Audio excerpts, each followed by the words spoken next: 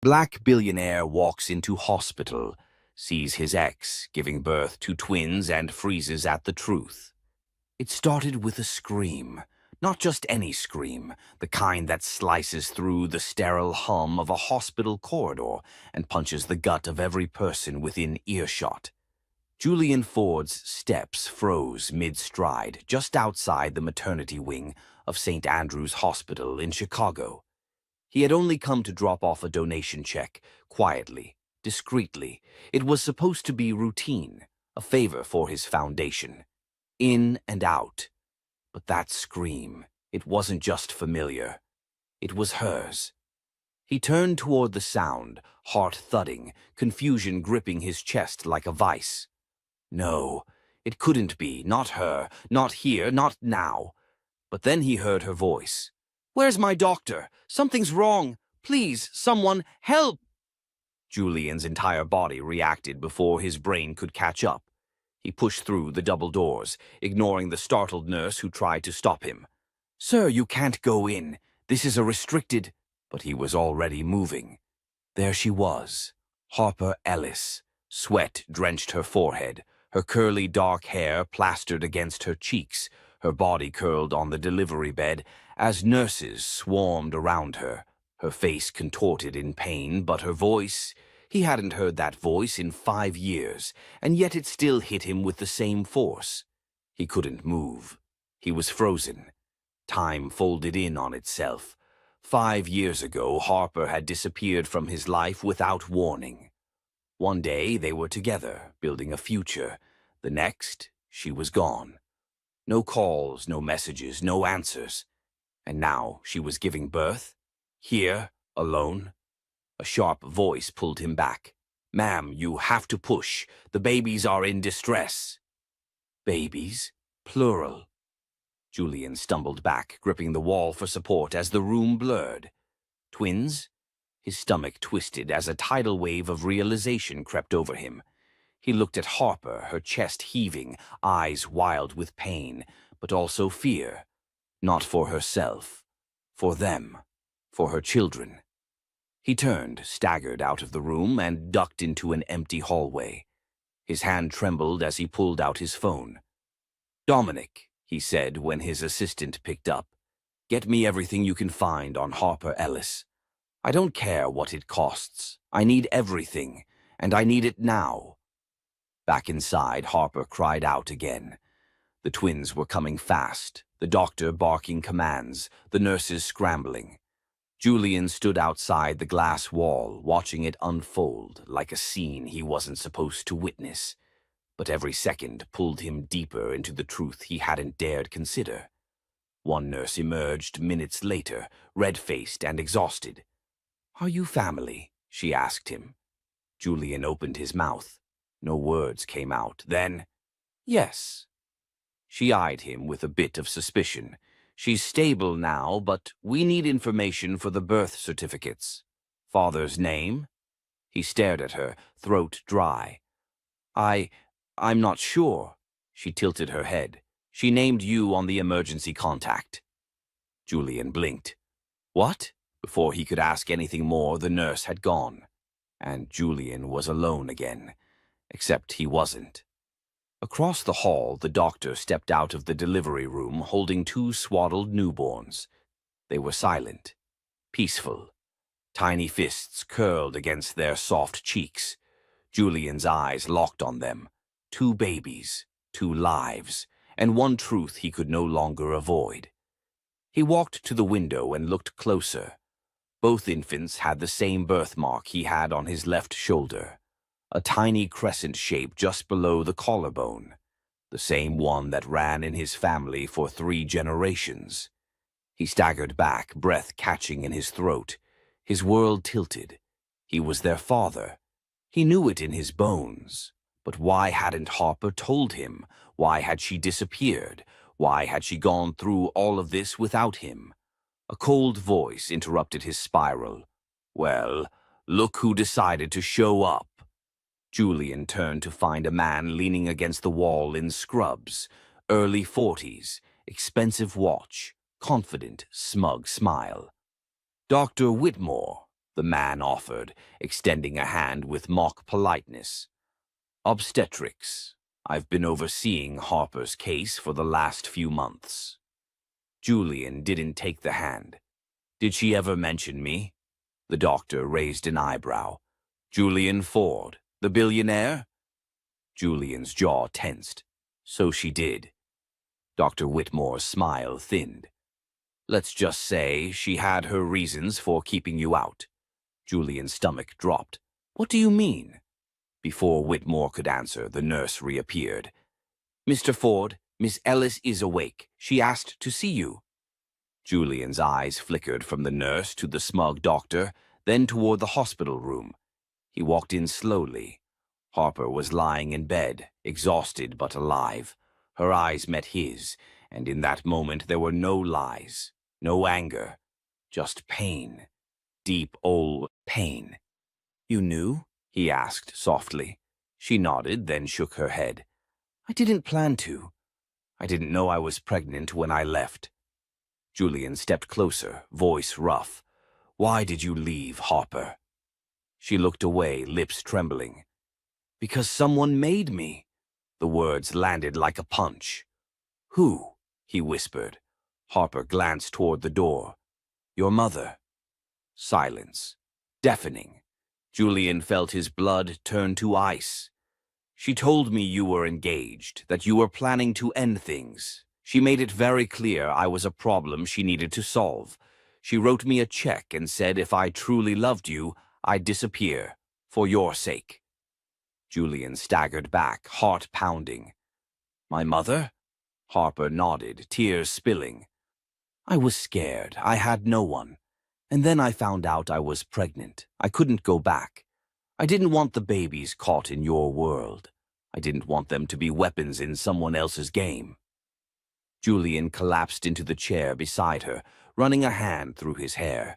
He had no idea. All this time he thought she'd left him, betrayed him. But she'd been protecting their children, and now they were here, alive, beautiful, his. He looked at her, voice breaking. You should have told me. I wanted to, so many times, but I didn't know how. A long pause, then Julian stood, eyes steely. Don't worry, I'll handle this. What does that mean? It means my mother's going to answer for what she did. Harper watched him go, and for the first time in 5 years she felt hope. Real, terrifying, beautiful hope. Julian didn't go home that night. Instead, he sat in the dim glow of the neonatal ward, staring through the glass at the twins sleeping peacefully in their bassinets. Each breath they took felt like a weight settling deeper on his chest. He had names now, Elijah and Eden. The nurse had told him, not Harper, because Harper was asleep or pretending to be. He hadn't spoken to her again since their raw conversation hours earlier. After learning what his mother had done, Julian felt like a stranger in his own skin. The betrayal cut deep, deeper than he expected. He had always believed he controlled every piece of his empire, every detail of his life, but his own mother had rewritten his future. And Harper had vanished because of it. He looked at Elijah, the smaller of the two. A tiny fist curled by his cheek. Julian could see it, the resemblance, his nose, that familiar tilt of the jaw. It wasn't just the birthmark. These were his kids, his children. And he had missed everything, their kicks, their first sonograms, the anxiety, the joy, all stolen from him by a lie. Julian stood, his tailored coat falling back into place like armor. The hospital felt cold now, hollow. He dialed a number. It rang twice before a groggy voice answered. Mr. Ford, it's past midnight. Dominic, I need to speak to my mother, now. I don't care what time it is. Wake her. Of course, sir. Right away. 10 minutes later, Julian's private SUV pulled up to the gated mansion he once called home. His mother, Evelyn Ford, stood in the doorway, elegant in a silk robe, unbothered by the hour. Her silver hair was perfectly styled, as always, her expression composed. "Julian," she said smoothly, "you look tired." He didn't respond. He walked right past her into the house. "I went to St. Andrew's today," he said without turning around. "Oh?" She closed the door with a soft click. "Another donation." "No," he said, slowly turning to face her. "I saw Harper." Her face didn't flinch, not even a blink. She was giving birth. A pause. To twins. Silence. Then she moved to the liquor cabinet, poured herself a scotch. "So," she said evenly, "you know. You knew they were mine. I suspected.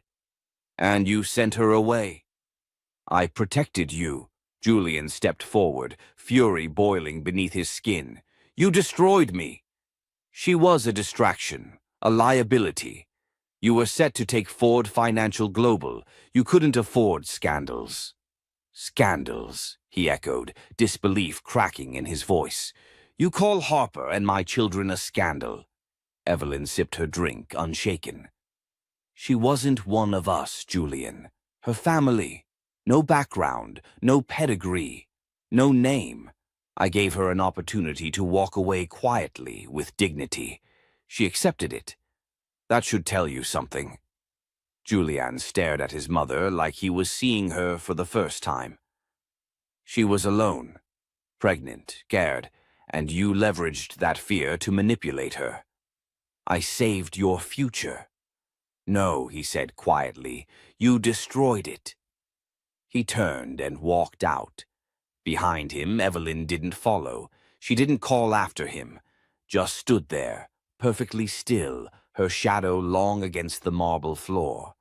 Back at the hospital the next morning, Harper sat upright in bed, nursing a coffee when Julian walked in. Her face lit up briefly, then dimmed with caution. "I wasn't sure if you'd come back," she said. "I wasn't sure either," he admitted. They sat in silence for a moment. "I saw your mother," he added. Her eyes dropped. "I figured you might." She admitted everything, no apologies, just calculation. Harper let out a small, bitter laugh. "Sounds like her." Julian took a breath, steadying himself. "I want to be in their lives, Harper. Fully. Not just the billionaire on paper. I want them to know me. I want to know them." Her eyes searched his face. "And what if that puts them in danger, in the spotlight?" "Julian, your world isn't soft. It doesn't forgive." "Neither does yours," he replied. "You've done this alone for too long." "I had to," she said softly. "You weren't there. Because I didn't know, but I do now, and I'm not going anywhere." She looked at him, truly looked. The weariness in her eyes, the shadows of years gone by, the hesitation of a woman who had carried too much for too long. "Then prove it," she said. "Not to me. To them. Be the father they deserve." Before Julian could respond, the door burst open. A sharply dressed man in a dark blue blazer stepped inside, flanked by a woman holding a leather-bound folder. "Ms. Ellis?" the man asked. "I'm from Child Protective Services." Harper's face went pale. "Excuse me," Julian said, stepping in front of her. "We received an anonymous tip about the mother's mental fitness and lack of support system. We're here to conduct an emergency welfare evaluation for the infants." Harper gasped. "What?" "That's insane." Julian's voice turned lethal. "You're telling me someone sent you here to take her kids?" The agent raised a hand. "We're just here to assess, sir. Standard protocol when concerns are raised." Julian's eyes narrowed. Anonymous tip? His blood ran cold. Evelyn. That cold-blooded move wasn't random. It was strategic, a warning, a threat. He stepped forward, his tone precise. "You will leave this room, now. If you speak to Ms. Ellis again without her legal counsel present, you'll find yourself in court so fast your badge will still be spinning." The man faltered. "And you are?" Julian slowly pulled a business card from his wallet. Julian Ford, founder and chairman of Ford International Holdings. The agent's eyes widened. The woman behind him blanched. I suggest you check your sources next time. They turned and left, stunned. Julian turned back to Harper. She was trembling. He placed a hand gently on her arm. This isn't over, but I'm not letting anyone take our children. She looked up at him, and for the first time she didn't see the billionaire. She saw the man she once loved, and maybe, just maybe, could trust again. Julian didn't sleep again, not after what had happened with CPS. The timing, the language used in the complaint, the calculated cruelty, it all screamed Evelyn's fingerprints. He knew her tactics. He'd seen them used against competitors, against board members, even distant relatives who stepped out of line. But now she had used them against Harper, against his children. That crossed a line that could never be uncrossed.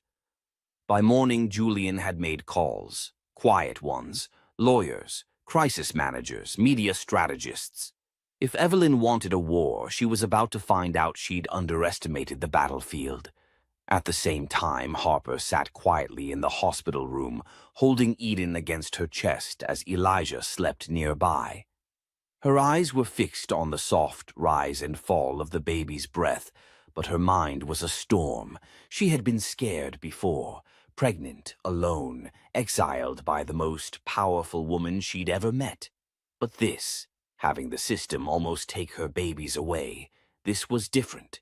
This was fury. When Julian returned, she didn't speak, just looked at him, one eyebrow slightly raised. He closed the door behind him. I have a team handling it. CPS won't come near you again. You shouldn't have to do that, she said. We're not a charity case. You're not. This is about justice. She stood and gently laid Eden back in the crib, then turned to face him. No, Julian. This is about power. He frowned slightly. I've lived the past 9 months watching over my shoulder, she said, her voice rising. I changed apartments. I avoided public clinics. I gave birth without a family member at my side. All because of what your mother might do. Do you know what it feels like to plan your child's life around who might try to steal it? I didn't know, he said, quieter now. But you do now, she snapped. So if you're really serious about being in their lives, I need to know you're not just here to protect them from Evelyn.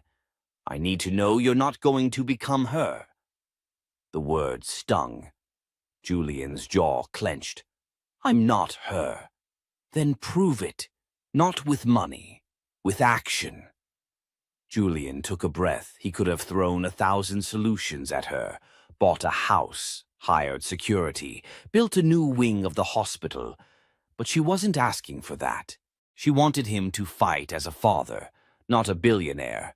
He nodded. That afternoon, Harper received a visitor she hadn't expected, an old friend from nursing school, Mia Tron. Mia had worked her way up to become head of social services at a nonprofit clinic on the South Side. Sharp, blunt, loyal. Girl, I had to see for myself, Mia said, hugging Harper carefully to avoid jostling her healing body. Twins? You trying to catch up all at once? Harper laughed for the first time in days. Don't tempt me. I barely slept in 48 hours. They sat by the window, sipping hospital-grade tea. I heard through the grapevine someone dropped a report on you to CPS, Mia said, dropping her voice. Harper nodded. Julian's mother. Mia, she whistled low. Figures. She's the type who files reports wearing pearls and a smile. Harper tilted her head. You've heard of her? Mia raised an eyebrow. Julian Ford. Harper, girl, you had a baby with Black Wall Street. He's practically royalty in business circles. Of course I've heard of her. Harper's chest tightened. I didn't want people knowing. I tried to keep it quiet. Well, it's not quiet anymore. And if she's going after you, you better be ready for headlines. You want to stay out of this mess, or you ready to fight back? Harper's eyes flicked toward the bassinets. I don't have the luxury of hiding anymore. Meanwhile, across the city, Julian walked into a boardroom he used to command. Ford International's headquarters gleamed with power, glass, steel, silence, the kind of place where secrets lived in plain sight. Waiting inside was Andrew Cole, a senior partner at Ford's legal firm, loyal to a fault, but even loyalty frayed under pressure. "You sure you want to go through with this?" Andrew asked. "I'm sure. You do realize Evelyn's position on the board is about to be vacant," Julian finished. Andrew blinked. "You're removing your mother from the board?" "She used company resources to investigate Harper. She ordered a background check through a firm under our holdings. I have the invoice. That's abuse of power." Andrew leaned back, silent. "And if she retaliates, I'll make it very public." Julian wasn't bluffing. He had already reached out to a journalist at The Atlantic. If Evelyn escalated, the world would know exactly what lengths the Ford empire went to in order to control the narrative, even if it meant endangering her own grandchildren. That night, Harper received a call from the hospital director. He wanted to inform her that an anonymous donor had just fully funded a maternal care initiative in her name. When she asked who the donor was, he simply said, "He prefers to remain a silent partner, but he said you'd understand." She hung up, stunned. A moment later, a knock at the door. Julian stepped in. He looked tired, lighter somehow. "What did you do?" she asked. He hesitated, then offered a small smile. "Something right, I hope." She looked at him for a long time, then said, "Come hold your son." Julian walked over and gently lifted Elijah into his arms. The baby squirmed, then settled. For a moment, the world outside the hospital room didn't exist.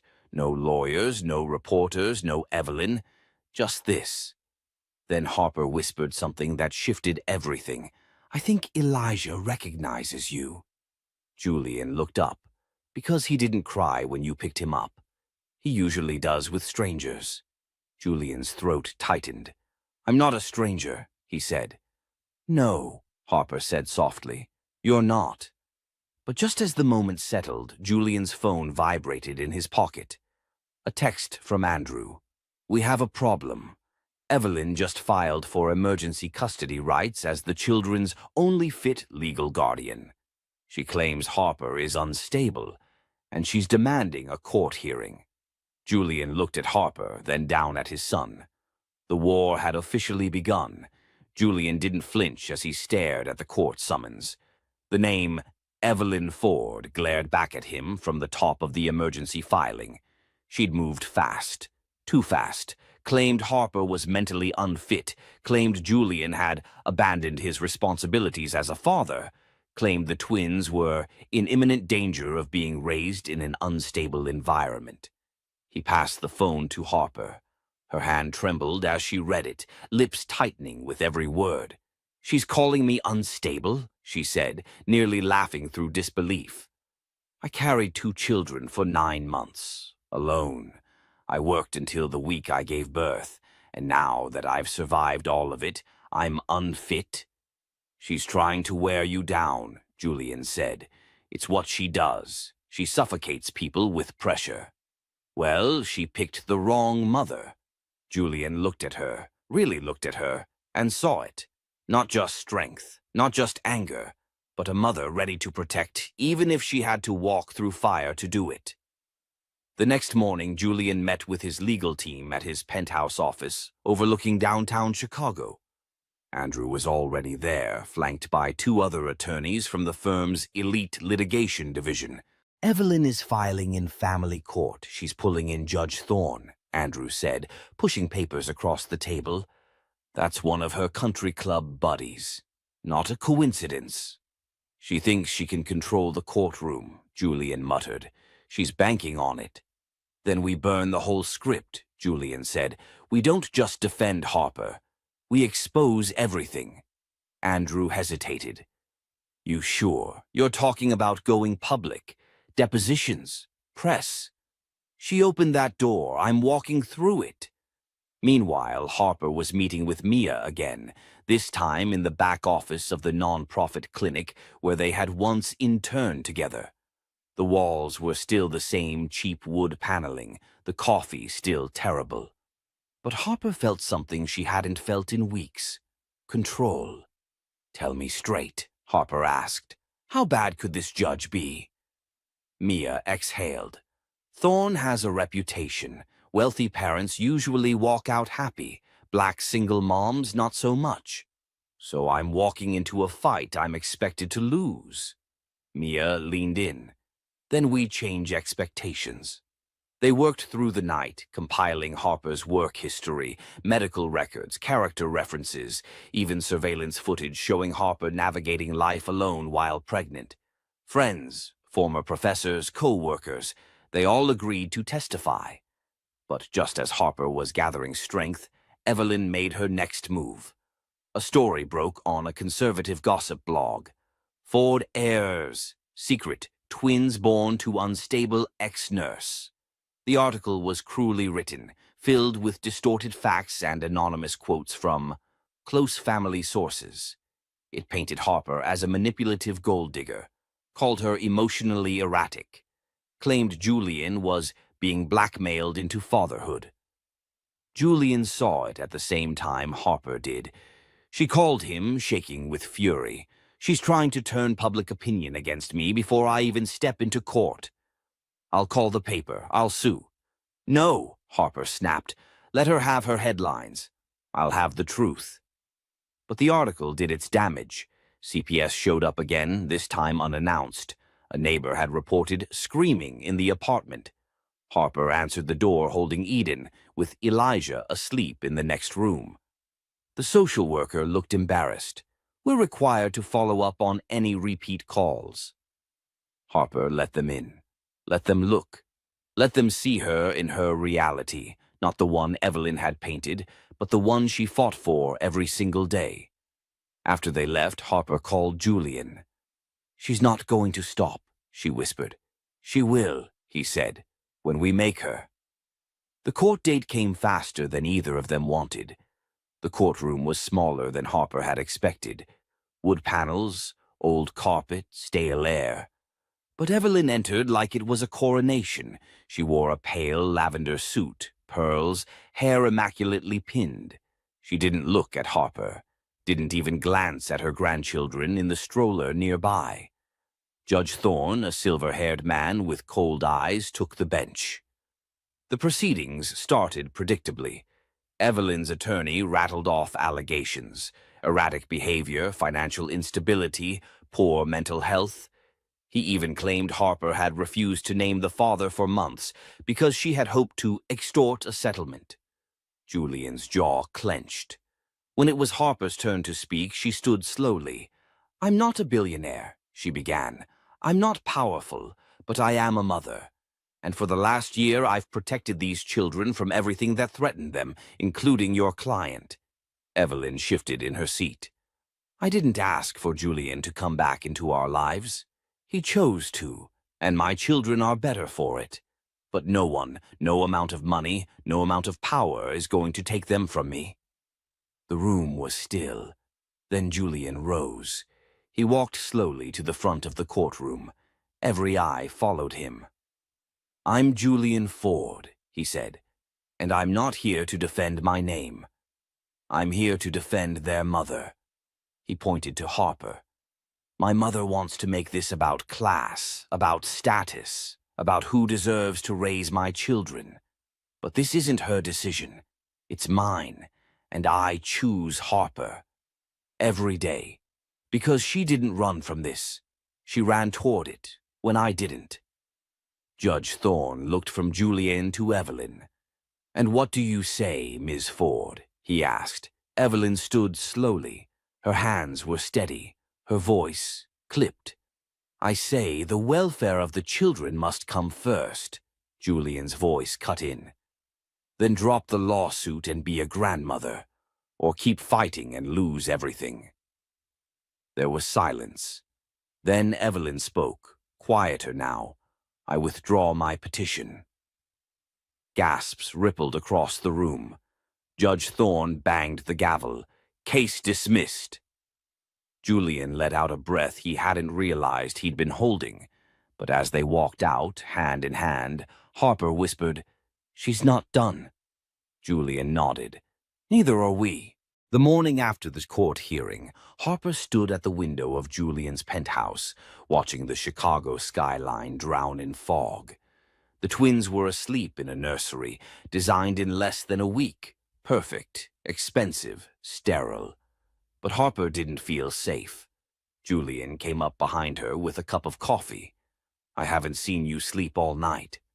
"I couldn't," she said softly. "She's not done, Julian. I know your mother. That courtroom loss, it just lit the fuse." Julian sighed. "Then we stay ahead of her." But Evelyn didn't strike next with lawsuits or headlines. She went deeper, smarter, and more dangerous. It started with calls from the hospital board, where Harper had once worked. Her old manager texted, "Just a heads up, someone's been asking about your nursing license, asking real questions." Next came a visit from the Department of Health and Family Services. An anonymous tip claimed Harper had falsified patient records at her previous job. It was a lie, but the type that stuck in files, whispered in elevators. Then came the worst. Harper's landlord called. "There's been a fire," he said. "What?" Harper's heart dropped. "It's under control, but it started in your unit." Julian drove her straight there. The apartment was still standing, but the damage was real. Smoke stains blackened the walls, the windows blown out. Fire investigators said it started near the back wall where the twins' crib used to be. Harper stared at the charred remains and felt the breath leave her body. Julian stepped forward. "Arson?" The fire chief nodded. "Accelerant was used. We're opening a criminal investigation." Harper turned to Julian. Her voice broke. "She tried to burn us out." And Julian didn't argue. Not this time. Back at the penthouse, Harper refused to sit still. "She won't stop until she ruins me in a way no judge can fix," Harper said. "She wants me to walk away from you, from our kids." "She'll never get that," Julian growled. But Harper stepped back. "Julian, I need to do something on my own. I have to reclaim my voice. If I keep hiding behind your money, your lawyers, I'll never be more than what she says I am." Julian's expression hardened. "You're not alone?" "I know," Harper said, "but I need to show her I'm still standing because of who I am, not because of what you give me." So Harper made a bold move. She contacted a journalist, someone she trusted from her community health days, a young black woman named Layla James, who ran a podcast called Real Voices. Layla listened quietly as Harper told her everything. Her history with Julian, the betrayal, the birth, the lawsuit, the fire. Layla leaned forward. "You sure you want to go public with this?" "Yes, I want the world to know what someone like Evelyn Ford does behind the curtains. I'm not here for revenge. I just want my name back." When the episode aired a week later, it exploded across social media. The title said it all. Mother of Twins versus Billionaire Dynasty. A fight for truth. Harper's voice filled the airwaves. Her strength, her pain, her refusal to be silent. Within 24 hours, news outlets picked it up. Some framed her as a brave mother. Others tried to sensationalize it. But Harper didn't care. For the first time, she wasn't being spoken about. She was speaking for herself. Then came the twist. A former employee of Evelyn Ford's charitable foundation reached out. An anonymous tip, but explosive. Evelyn had used foundation funds to silence people in the past. NDAs, payouts, manipulating court filings, even bribing local officials to get custody rulings overturned. Julian called Andrew immediately. "We can build a case," Andrew said. "Not just family court. I'm talking federal charges, fraud, misuse of charitable funds, obstruction of justice." Julian stared at the phone in silence. "If we do this, she doesn't just lose in court, she could lose everything." Harper stood nearby, holding Elijah in one arm, Eden in the other, her face unreadable. Julian looked at her. "You want to do this?" Harper nodded. "It's not about vengeance. It's about protecting our kids from ever being afraid of her." They moved fast. Andrew's team filed a federal complaint. The feds got involved within days. Bank records were subpoenaed. Employees were called in. And the more they dug, the darker it got. Evelyn's legal team tried to stall, to deflect, but the storm had begun. And this time, Evelyn wasn't the one pulling the strings. She was the one being dragged into the light. One night, Harper was feeding the twins when Julian walked in holding an envelope. "What is it?" she asked. He opened it. "It's from her." Inside was a single handwritten note. "I surrender, but you will never understand what it cost me." Harper stared at it for a long time. "She finally admits it?" Julian shook his head. "No. She finally lost the power to lie." But Harper didn't smile. She just looked down at her babies. "I'm not celebrating," she whispered. "I'm just grateful they'll never have to fight her." Outside, the city buzzed like normal. Lights, horns, laughter, life. But inside that penthouse, something sacred had returned. Peace. And for Harper, that was enough. For now. The headlines came faster than Harper could read them. Black mother speaks out against billionaire's family. Twins at the heart of a dynasty dispute. Her podcast interview had sparked something raw across the country. Suddenly, she wasn't just a former nurse. She was a voice, a mother, a fighter. Julian watched it unfold from the sidelines, both proud and anxious. He had wanted to protect her from his mother, from the vultures in the media, from the machine that devoured reputations for sport. But Harper, she had walked straight into the fire and somehow made it hers. But Evelyn Ford wasn't done. One morning, as Julian sat at his office desk, flipping through legal briefs, his assistant burst in. "Mr. Ford, your mother just held a press conference." Julian froze. "Where?" "Downtown. Channel 4's live now." He tapped the remote. Evelyn stood at a podium draped in the Ford Foundation's logo. Cameras flashed. Her voice rang out with its usual polished, icy calm. "My son Julian and I have always had our disagreements," she began. "But recent accusations from a former acquaintance of his are deeply troubling. I would like to clarify. The woman in question is not part of our family, and to my knowledge, her children are not related to the Ford lineage." Julian shot to his feet. "She did not," he muttered. Evelyn kept going.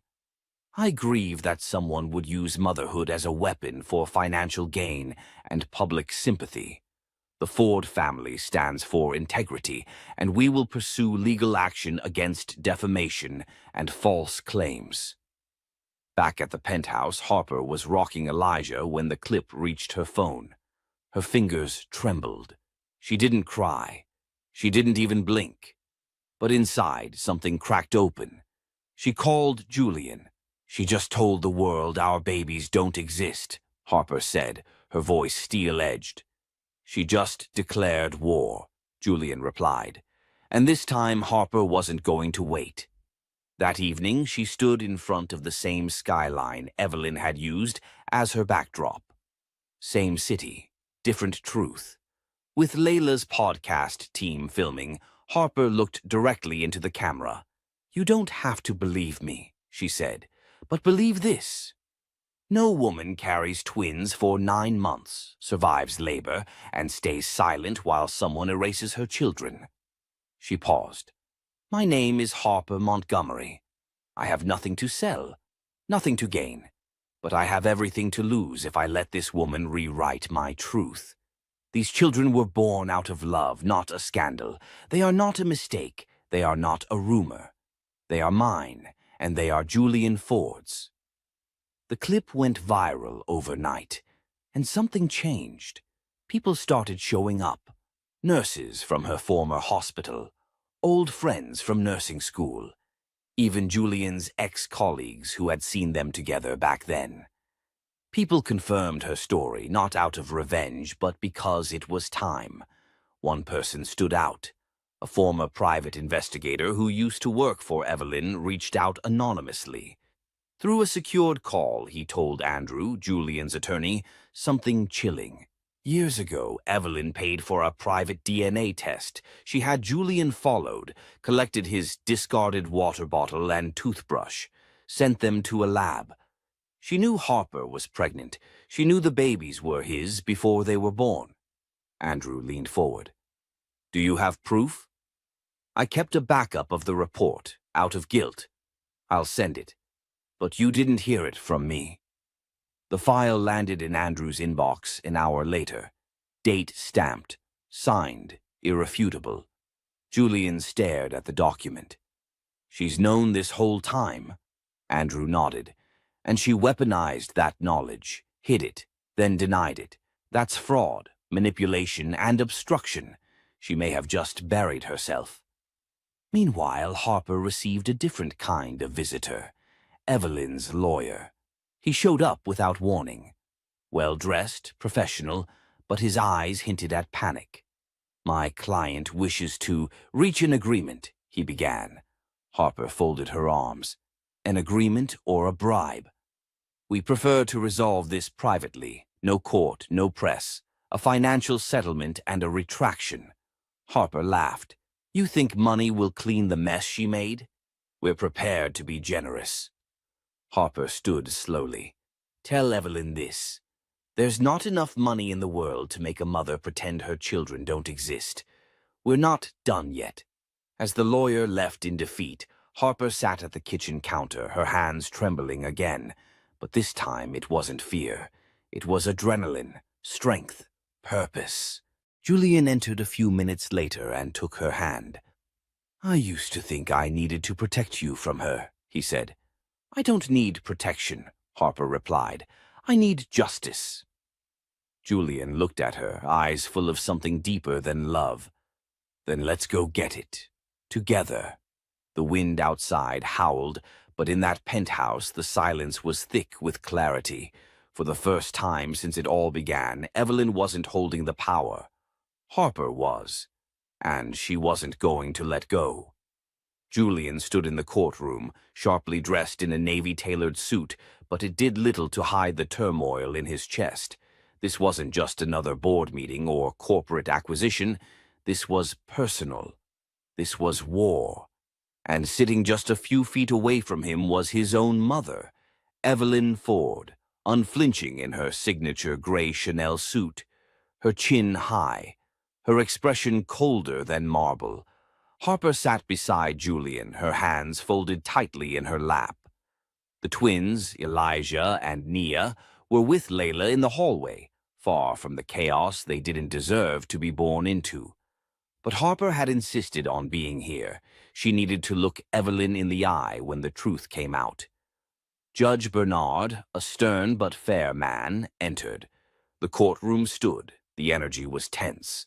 This wasn't a custody hearing or a scandal tabloid case. This was a paternity lawsuit, brought by Harper not for money or headlines, but for truth. Andrew, Julian's attorney, rose. Your Honor, we submit into evidence a DNA test dated October 6th, 3 years ago. This test was ordered and funded privately by Evelyn Ford, without the knowledge or consent of either Harper Montgomery or Mr. Julian Ford. It confirms with 99.998% certainty that Julian is the biological father of the twins. Gasps rippled through the courtroom.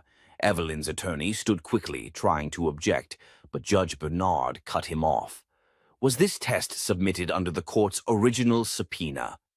Yes, Your Honor, Andrew said. along with sworn testimony from a former private investigator who worked for Miss Ford.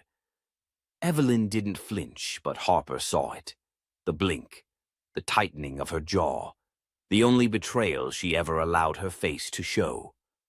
Julian turned toward her slowly. "You knew?" he asked, voice low but heavy with betrayal. "You knew all along, and you tried to erase them?" Evelyn's mouth didn't move. The judge turned to Evelyn. "Miss Ford, do you wish to respond?" She finally stood. "My son has always been impulsive. I've spent a lifetime protecting this family's legacy from poor choices and emotional decisions." Harper let out a bitter laugh. "Protecting the legacy? By pretending your grandchildren don't exist?" "I was protecting them from you," Evelyn snapped, her voice finally cracking.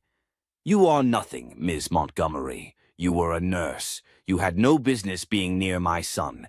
You don't come from anything. You don't know what it takes to be a Ford." The judge raised a hand. "That's enough." But Harper wasn't done. She stood, voice calm but cutting. "You think I wanted this circus? That I wanted to drag my children into a courtroom to prove they have a right to exist? I was ready to disappear, Evelyn, but you made me fight, and I will not stop until they have the truth." Julian turned to the judge. "Your Honor, I would like to formally amend my legal documents to include my children, birth certificates, custody, all of it. And I'd also like to file for a restraining order against my mother. She's a threat to their emotional well-being." A stunned silence fell over the room. Even Evelyn sat down hard, like the air had been knocked from her chest. The judge nodded. "Given the overwhelming evidence and the emotional nature of this case, I will approve the motion.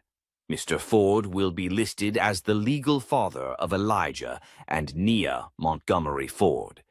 This court recognizes them as the rightful heirs and dependents of the Ford estate." The courtroom erupted, not in noise but in relief. Harper exhaled for what felt like the first time in months. Later that night, back at the penthouse, Julian sat in the nursery. Elijah lay asleep in one arm, Nia in the other. Harper stood in the doorway, watching him silently. "You okay?" she asked. Julian looked up. "I don't know. I feel like I just buried the mother I thought I had." Harper walked in and knelt beside him. "No," she said gently, "you buried the image she forced you to believe. But now you get to build something real." Julian kissed Nia's forehead. "I don't know how to be a father." Harper smiled, tears glinting. "Then we learn together." Suddenly, Layla burst in, waving her phone. "You need to see this." A video was circulating. It was footage of Evelyn being escorted out of the courthouse by security, paparazzi swarming, questions flying. Her face, usually unreadable, was etched in something close to panic. But the real surprise was the voice that came after, a former board member of the Ford Foundation speaking to the press. "Julian Ford has proven himself a leader of integrity and accountability, unlike those who've hidden behind power and image. We support his transition into full control of the foundation." Julian stared at the screen. "They're choosing you," Layla whispered. "No," Harper corrected. "They're choosing the truth." And just like that, the tables had turned. But they all knew this wasn't the end. Evelyn Ford didn't lose quietly, and somewhere in the shadows of her legacy, she was already planning her next move. The late afternoon sun stretched long shadows across the Ford estate as Julian stood on the balcony of the guest house, watching Elijah and Nia run through the grass with Layla chasing close behind. Laughter filled the air, unfiltered, honest, new. For the first time in years, it felt like something real was blooming. Behind him, Harper stepped out, a soft breeze lifting her curls. She hadn't said much since the court ruling. Everything had moved so fast, too fast maybe, but the silence between them wasn't cold. It was full of weight, of questions too big for quick answers. Julian turned, holding a small velvet box in his palm. "I'm not proposing," he said, half smiling. "Not today." Harper tilted her head. "That's probably wise." He opened the box anyway. Inside were two delicate gold lockets, one engraved with E, the other with N.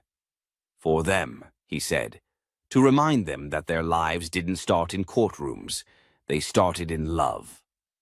Harper's eyes filled. She stepped forward, touching the lockets with trembling fingers.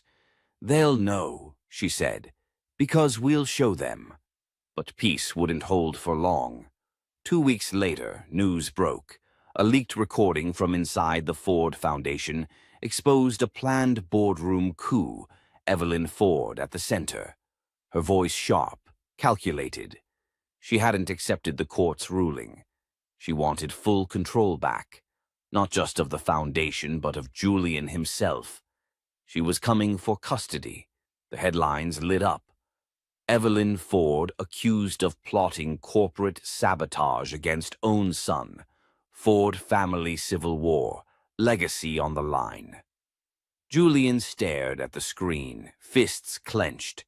He could handle corporate backstabbing. He could even handle the press. But he wouldn't let her near the twins again. Harper entered the room just as Layla slammed her laptop shut. "She's crossing every line," Layla muttered.